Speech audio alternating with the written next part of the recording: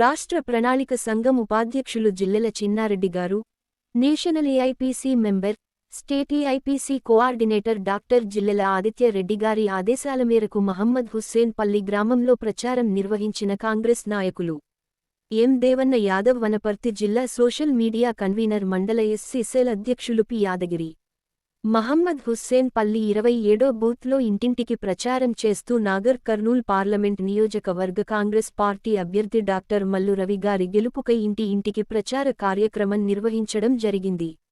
Congress party అమలు చేస్తున్న పథకాల గురించి ఇంటికి వెళ్లి ప్రజలకు వివరించడం జరిగింది. పార్లమెంట్ ఎన్నికలలో కాంగ్రెస్ పార్టీ గెలిపించుకొని రాహుల్ గాంధీని ప్రధానమంత్రిగా చేసుకుంటే కేంద్ర, రాష్ట్రంలో అభివృద్ధి చేసుకోవడానికి వీలుంటుంది. ఈ కార్యక్రమంలో పాల్గొన్న వారు కురుమూర్తి బోయ చంద్రప్ప, ఎం శేఖరయ్య కృష్ణయ్య, బర్ల రాములు, కాసన్న గజ్జి ఉత్తన్న, వెంకటన్న, కంతలి కాసన్న తట్టి జంగన్న పాల్గొన్నారు.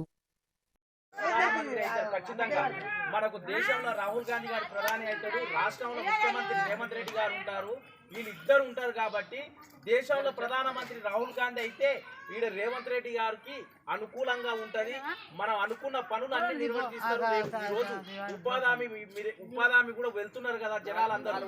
ఆ ఉపాధి 300 రూపాయలు 380 రూపాయలు ఇస్తున్నారు. అయితే కాంగ్రెస్ ప్రభుత్వం ఉపాధి ప్రతి ఒక్కరికి 400 రూపాయలు నిరుపేదలకు కూడా, భూమి ఉన్నోనికి కాకుండా భూమి లేని నిరుపేదలకు కూడా సంవత్సరానికి 15,000 రూపాయలు మన కాంగ్రెస్ ప్రభుత్వం వర్షాకాలం సీజన్ నుంచి 15,000